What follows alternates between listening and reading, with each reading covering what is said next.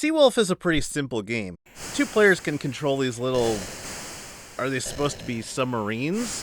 I think so. But they always look to me like some kind of a spin top or something.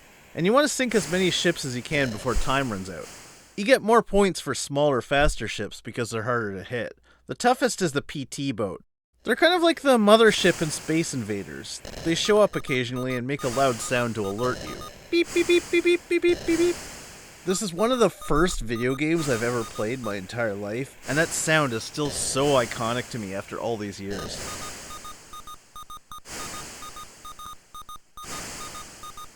I think I always associated this game with Battleship, because in Battleship, the smallest ship is a patrol boat, and my young brain just clicked those together. PT boat, patrol boat, it's all connected! When looking for an emulated version of this game as an adult, all I was able to find was a paddle version. I could have sworn I played one with a joystick as a kid. I remember having the paddle version, even though I had no actual paddles, but pressing the joystick left and right worked the same as pressing buttons on the two paddles, so I could still fire torpedoes, I just couldn't move my little submarine. But I do also have a vague memory of a version of the game I could fully control with a joystick. Who knows? That might just be my unreliable brain playing tricks on me. It's a fun game, but really difficult to play with emulation without some kind of actual paddle peripheral. Evil Dead. I remember playing this as a kid, having never heard of the Evil Dead movies. The game's intro says it was adapted from a movie, and I asked my dad if he'd heard of it, and he said, "No, I've heard of Night of the Living Dead." It's kind of funny now because 30 years later the Evil Dead movies are still so popular they come up for me on a regular basis, but back then it seems like nobody I knew had heard of it. Anyway, this game is frustrating nonsense. You play as Ash from a top-down perspective, and there are other characters that look completely identical to you that are Ash's friends staying with him in the cabin. Doors fly open on their own, and you have to go around closing them before evil can enter the place. But this is just about completely impossible. The house is too big for you to get to all the doors in time. And the time it takes you to close one, at least one more is open. If you know exactly which doors opened, maybe you could get to them on time, but you can't see the whole house on one screen, so it's a constant scramble just to figure out where to go next. This dust flies in and possesses you or one of your friends. If it gets you, you lose a life immediately. If it gets one of your friends, it turns them into a deadite. You then have to run up and attack the deadites by pressing the fire button. There's no attack animation, you just see them poof if you succeeded. If you kill a deadite, they get split into pieces that attack you individually, so you have to destroy the torsos, hands, and legs separately. There are weapons lying around, but they don't seem to do much. Supposedly you need to collect a weapon to fight the deadites, but it's not very clear if they actually help. The game's intro says they give you energy, but my energy doesn't go up when I collect one, and it only lets you have one weapon at a time. Your energy drains over time and also goes down when you fight enemies. For years I didn't understand, and only just now finally figured out how this whole weapon mechanic works. If you have a good weapon, you actually gain energy when you kill enemies, but if you have no weapon, you lose energy. I only figured this out because I was recording and was able to review the footage and see my energy change. But while you're trying to fight enemies, you're not watching the energy gauge, you're just trying to survive. Your energy also goes down if you just don't have a good weapon, which is pretty stupid. I picked up this shovel because it's better than nothing, and I still lose energy when fighting enemies, and then a better weapon randomly appears, but I can't pick it up because I already have a weapon. Why is it like this? Your weapon that you have equipped will also just randomly disappear on you without warning. I don't mean like it breaks if you use it too much. I mean you'll be walking and it just suddenly vanishes. Sometimes right before you fight enemies. Sometimes it will even vanish right after you collect them. Why? Then you just continue on until all your friends are dead and all their limbs are destroyed. And then everything just kind of all turns back to normal, and you just continue like that? I don't really understand. This game is frustrating, and you never really feel like you're accomplishing anything. It's just flailing around and not knowing if you're succeeding. Fort Apocalypse. This is another of the very first games I ever played. The thing that I think is the most striking about it is the atmosphere. It is a mood. You fly a helicopter through some kind of futuristic, possibly post-apocalyptic wasteland. There are floating mines everywhere. There are these tanks that fire these slow-moving projectiles that you can eventually outrun, but it takes some evading. To make things more difficult, you can only destroy the tanks by firing underneath them at their base, so sometimes you have to swoop down low to try to land a kill shot, and then turn and flee while rockets chase you. Also, enemy helicopters appear periodically that chase you down. Since most of the enemies follow a set pattern, and these guys actively chase you, they're pretty intimidating. Honestly, this is one of the most intense Commodore games I've played. The main objective is to rescue these little people. In a way, this is kind of like Choplifter, but you travel through a maze of rock and eventually go deep into a cavernous underworld. Now entering Crystalline Cave. I don't know how exactly they managed to wow me just by turning everything from red to light blue, but as a kid, I ate that up. Ooh, it's like we're in a whole different world. Everything feels alien and more threatening now. I don't know, it just worked.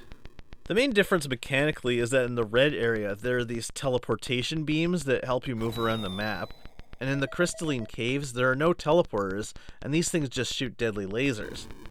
Kind of a beginner's trap if you don't realize these are actually different things. Anyway, I would definitely recommend it if you're curious about trying out Commodore games. Back to the Future. This is one of the worst games I've ever played in my life. I know certain angry video game people have ragged on the NES version of Back to the Future for being terrible, and you might be thinking, oh, is this a port of the same game? Oh no, this one is much worse. At least in the NES version, you had a sense of what you were doing and how to succeed. In this one, you play as Marty McFly, and your goal is to unite your parents before time runs out, by luring them to the same spot and watching while they stand there and fall in love, I guess? Doc Brown and Biff are also here. Your time limit is represented by your photo slowly disappearing, like in the movie. Okay, I'll admit that part's pretty cool. If you press the fire button, you throw a punch. This is just to fight Biff, since he's the only person here who actually attacks you. If he punches you before you punch him, you have to sit on the floor for an extended period of time and just watch your life slowly fade away. I mean in the game, but that applies to real life as well. There are items you can collect that do various things, but most of them are unintuitive fetch quest nonsense, and you can only carry one object at a time.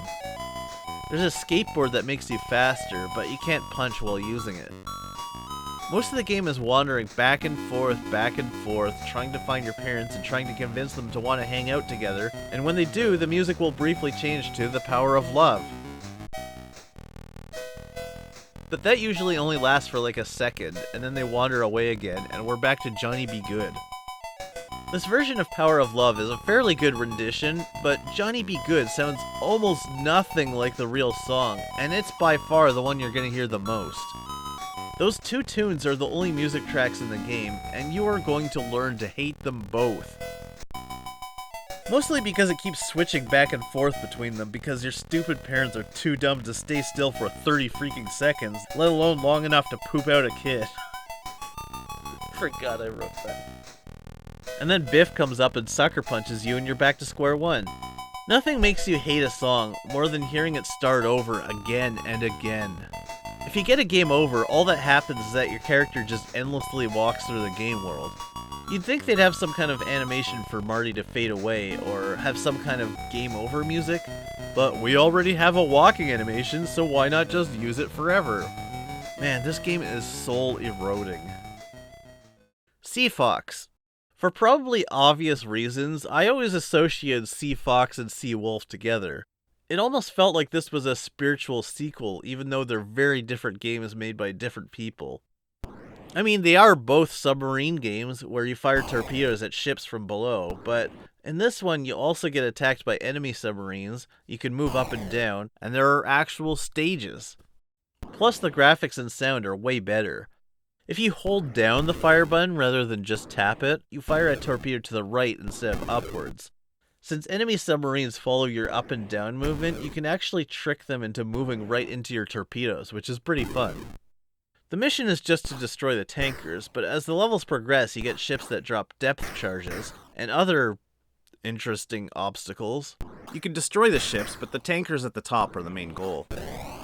You get a limited number of torpedoes, and if you run low, trained dolphins swim some extra torpedoes to you? I think that's what's happening, but you have to get them quick or a Pac-Man will eat them. If you accidentally shoot the dolphins, an angry whale attacks you and destroys you instantly. It's pretty weird. In any case, this is a much more polished game than Seawolf. Ghostbusters.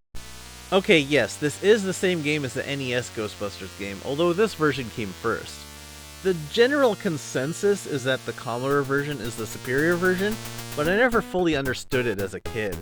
You start off with a bunch of money to buy a car and a bunch of gadgets. You can't afford the best car even with all of your starting money, let alone outfitting it with any actual gear. This was always baffling to me because you can't go back and shop in the middle of the game. You're stuck with the equipment you start with until the end. But it turns out if you make it to the end of the game, it gives you a password to start a new game with all the money you had made in the previous game. Sort of a new game plus, maybe? So it does kind of make sense. I just never got even close to beating the game, so I never figured it out. It still seems weird to me that you can't just buy stuff in the middle of the game. By the way, this is one of the first Commodore games ever to have digitized voices. Ghostbusters! The most fun one was whenever he failed to catch a ghost. He slimed me! He slimed me! When I played as a kid, I figured out how to catch the ghosts, take them back to headquarters, get fresh traps, and keep this up right to the end, but I never figured out how to do anything else. So I'd always get to the point where the PKE would be so far off the charts, the Marshmallow Man would appear, trample an entire building, and then I would be forced to pay the damages. Then he'd appear again, and I'd run out of money and get a game over. I never figured out how to stop the marshmallows from manifesting or how to get to the last stage.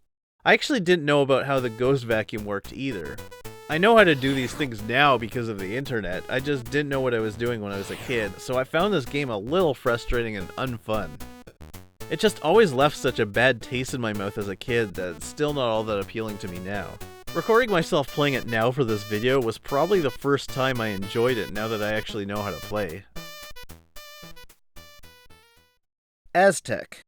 This is a strange one. It's another of those games where you absolutely need to read the instructions to know what you're doing. You can't use a joystick for this game, it's far too complicated. You have to memorize like 20 different keys on the keyboard that do different things. There's a button to walk, but you don't hold it down like in most games. You press it once and your character just keeps walking until you press a different button to stop. And if you don't stop him, he'll fall right off a cliff or walk right into a wall and knock himself out. There are separate buttons to crawl, to jump, and to climb stairs. There's one button to draw a gun and another to shoot, but you have to find bullets first. There's one button to thrust a machete forward, and a different button to attack downward. There's a lot going on here. I only played as a kid long enough to know that I didn't know what I was doing. And also, I saw a scary dinosaur coming after me and just noped right out of the game after that. Part of me says this would be a good game to remake today on Steam or something, with better controls and graphics that aren't a weird mishmash of wrong colors. But I think even then, the things that make the game impressive for its time, like the variety of interesting traps, wouldn't be so unusual today at all. So unfortunately, this was just a game with a lot of potential that wasn't able to live up to it due to hardware limitations and a few confusing design choices.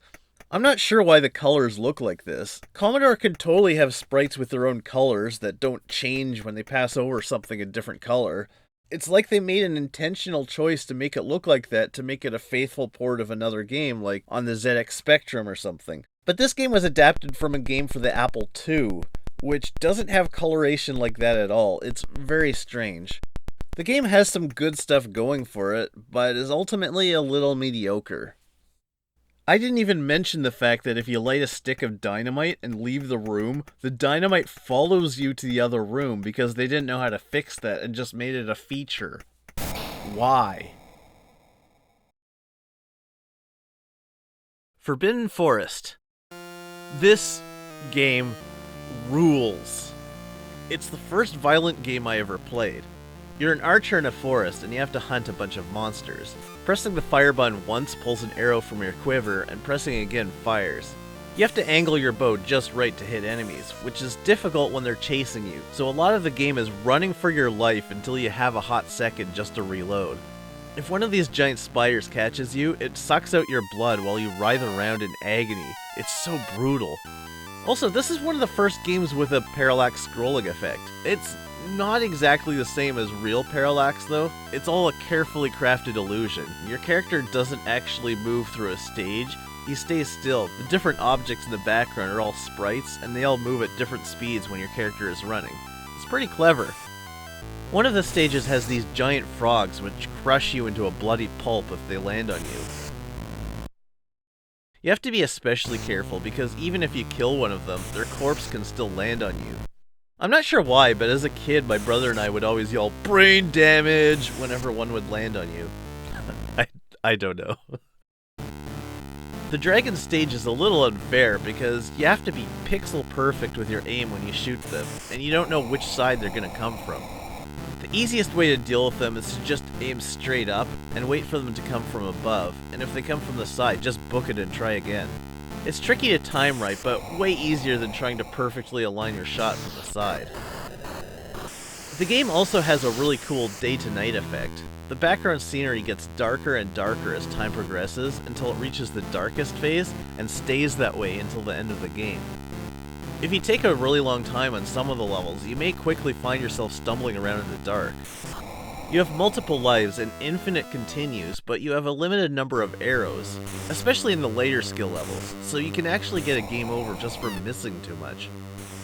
When you reach the final monster, the game goes straight to the darkest phase if you weren't already there, and it gets eerily quiet. Even today, I find this pretty intense and scary. The final boss is the Demogorgon. He's off in the distance, but he only appears as a silhouette against a pitch black sky. You can only see him by running around the forest until you see his outline around the trees, and then try to shoot him. He disappears and reappears often, and it's extremely tough to see him. Every so often, lightning strikes that lights up the sky, and you can see his true form for just a split second. Over time, he gets closer and closer. You have no idea if your shots are landing, or if you're just missing all the time. If you kill him before he arrives, you win. If he finally reaches you, it plays this horrifying music and he devours you. Game over. It doesn't matter how many lives you have left, and those infinite continues mean nothing. If the Demogorgon gets you, the game just ends. It skips the continue screen and takes you back to the title. If you want to play again, you have to start over from the beginning. This game is chilling. I love it.